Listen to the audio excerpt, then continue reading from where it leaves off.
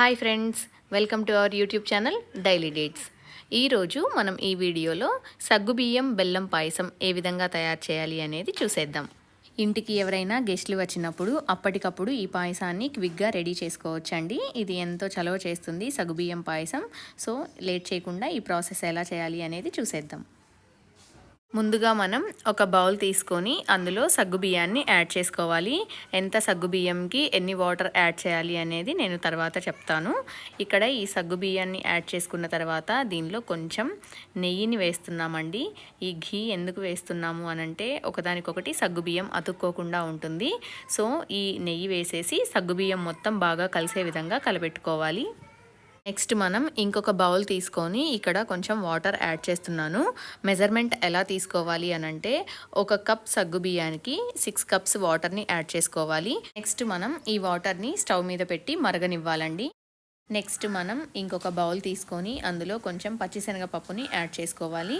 ఈ పచ్చిశనగపప్పుని 2 to 3 times wash చేసుకొని water మొత్తం డ్రైన్ ఆఫ్ చేసుకోవాలి. ఇందులో మరికొంచెం వాటర్ని యాడ్ చేసుకొని ½ an hour to 1 hour నానబెట్టుకోవాలి. ఈ పచ్చిశనగపప్పు పాయసంలో వేసుకోవడం అనేది కంప్లీట్లీ ఆప్షనల్ అండి. ఇష్టం లేకపోతే దీన్ని స్కిప్ చేయొచ్చు.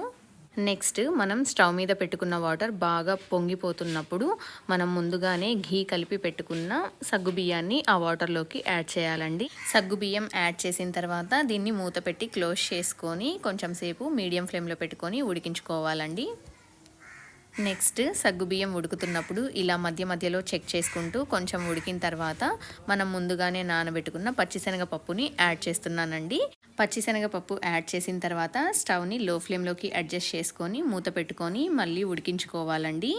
మనం లో ఫ్లేమ్లో పెట్టకుండా హై ఫ్లేమ్లో కానీ మీడియం ఫ్లేమ్లో కానీ పెట్టినట్లయితే అడుగంటుతుంది. ఇక్కడ ఇంకొక సైడు ఘీ ప్రిపేర్ చేస్తున్నాము.